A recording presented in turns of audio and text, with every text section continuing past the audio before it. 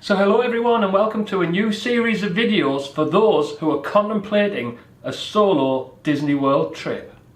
This video is the first in the series and asks why a solo Disney World trip.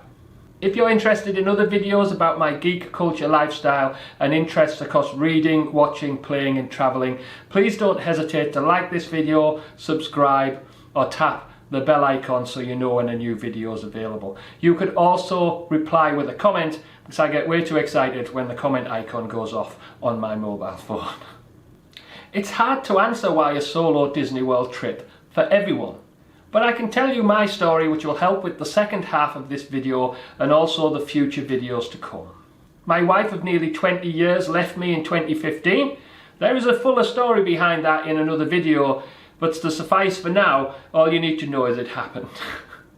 I will admit to reacting to her leaving as if I was mourning a death almost. It took me quite a while to get over.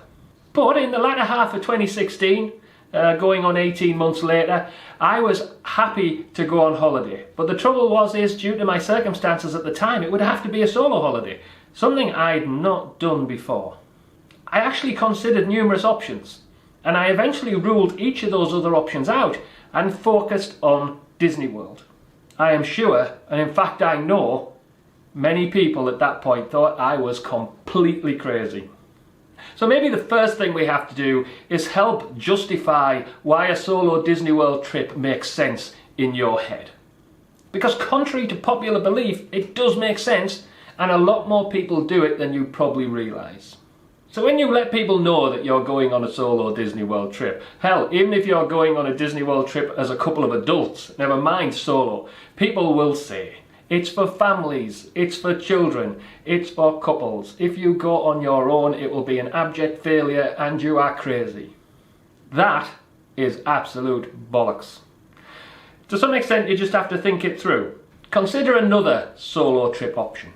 You go to a hotel in a nice warm country, next to a beach.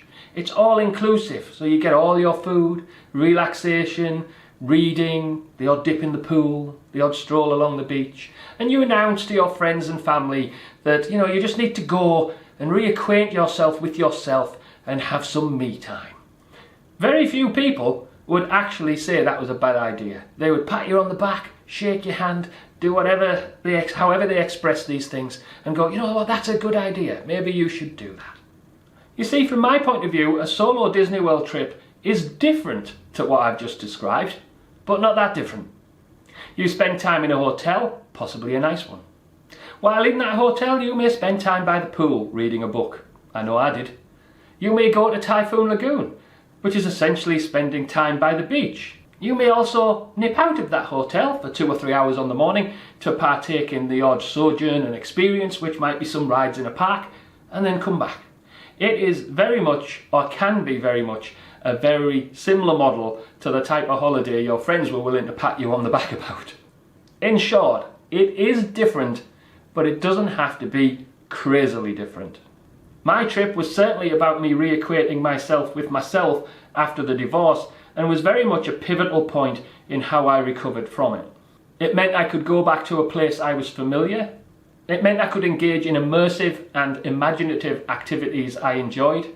And yes, I lazed around the pool reading books.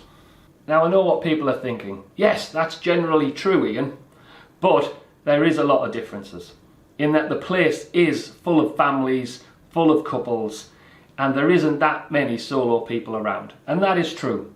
But I will tell you the one thing I learned from my solo trip, which to some extent will be a thread all the way through this, as we discuss the detail, is no one really cares. That's the one takeaway I took from my solo trip, which was a 14-day solo trip, and a true one. I didn't have loads of people out there that I was meeting, is that no one cared. Just think about it for a moment. When people spot you on your own, there is probably more reasons than I'm imagining why they might think you're on your own, assuming they're even thinking about it, which I think they're not, other than you've come on a holiday on your own. They could assume you're on that Disney bus making your way to a park to meet up with your family. They could assume that you're on that jet ski experience because the rest of your family didn't want to do it. There is just loads of reasons. I struck up conversations with other solo people who just seem to find you. And again, I didn't ask them whether they're on holiday on their own. I just assumed they were just on their own in that moment. You also get into discussions with families, you know, on the bus or when walking to a resort to get to another one, going back to your room. And those discussions never even touched on why I was on my own. So the key thing to take away from this video, which I'll leave you with, is when you're on a solo Disney holiday, no one will care. It is perfectly sane to think a solo Disney World trip is a sensible thing. It is a perfectly sensible thing. It may be just the right thing for you at a certain point in your life. It can also be a uniquely uplifting experience, despite what other people may say, that can't really be duplicated by any other holiday type. In future videos we'll get into specifics, how you should reflect on yourself to decide if a solo trip is right for you. We will then go on to discuss budgeting, travelling and accommodation, the mechanics around where to eat, experiencing the parks, and also something unique that happens when you're there solo. It is a very unique experience, and if you've thought it through, it can be a fantastic one. Thank you for listening. Be sure to consider liking this video and ideally subscribing, and if you're really keen, tap the bell icon. You can also post a comment, as I really do like responding to comments. Especially comment if you're considering a solo holiday, have one planned, or are about to go on one soon. Until next time.